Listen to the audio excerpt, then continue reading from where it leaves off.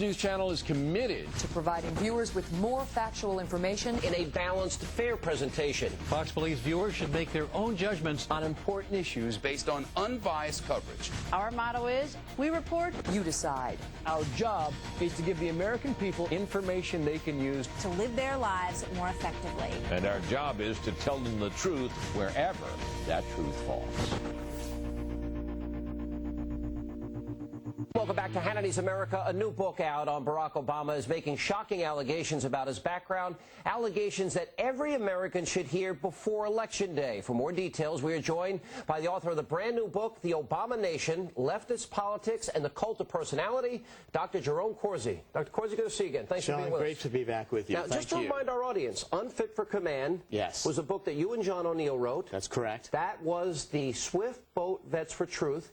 You launched it on my radio show on Hannity and Combs. Yes, we did. First interview. First interview, 2004. Correct. And you started with us on Hannity and Combs the First other night? interview. We've done both books. All right. Thank you. Well, first of all, the attacks have begun. They're coming after you. You're fully prepared for that. I'm anticipating it. It was the case before, an attack away. If the Obama camp wants to attack me, they're not answering what's in the book. It's very biographical. First of all, just for the sake of our audience that will attack your credibility, and all you left-wing bloggers out there that want to smear Mr. Corsi, he obviously is prepared for this, but how many footnotes are in the book? There's close to 700 footnotes, 30 pages of footnotes. And almost everyone's to a website, too, so people can see them. One of the more amazing things about the book, as I really was delving into it more deeply, is you quote Barack Obama. Yes. A tremendous amount from his own books, his own statements, his own comments. Well, I've been working on this since 2006. I thought Barack Obama was likely to be the candidate. I've studied, memorized his books. I've done an enormous amount of research. That's where the 700 footnotes come from.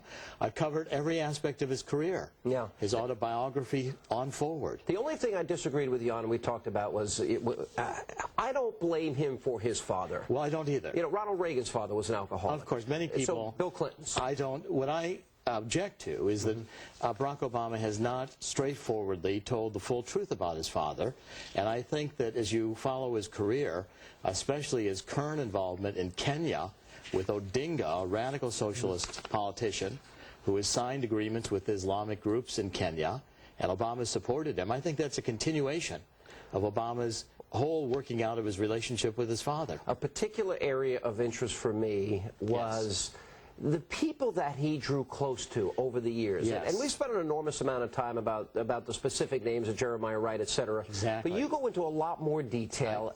Precisely. Can you give us a little snapshot of that? Well, it begins even in Hawaii. I mean, with Frank Marshall Davis, who was a communist poet and journalist from Chicago, a mentor to Obama.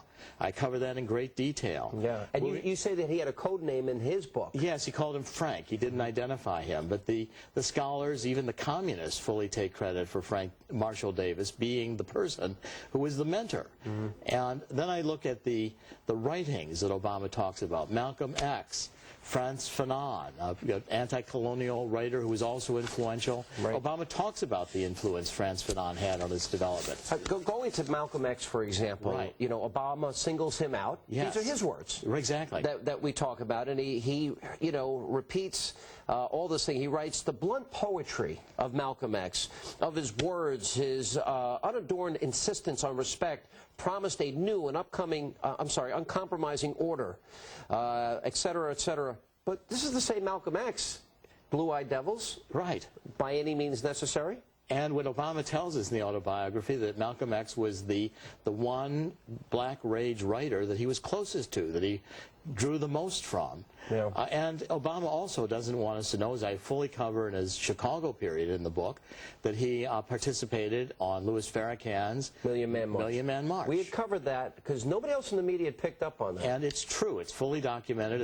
Obama said so, coming back. Chicago Reader. And I have the interview. I've you know, had it for a couple of years now and studied it and validated it. We don't know if he ever met with Louis Farrakhan. Now, he knocked on the door of William Ayers, and I've often wondered, considering he went to the Million Man March, he's in Chicago, he was politically ambitious, any evidence he knocked on the door of Farrakhan? Well, I haven't had a picture yet of the two of them together.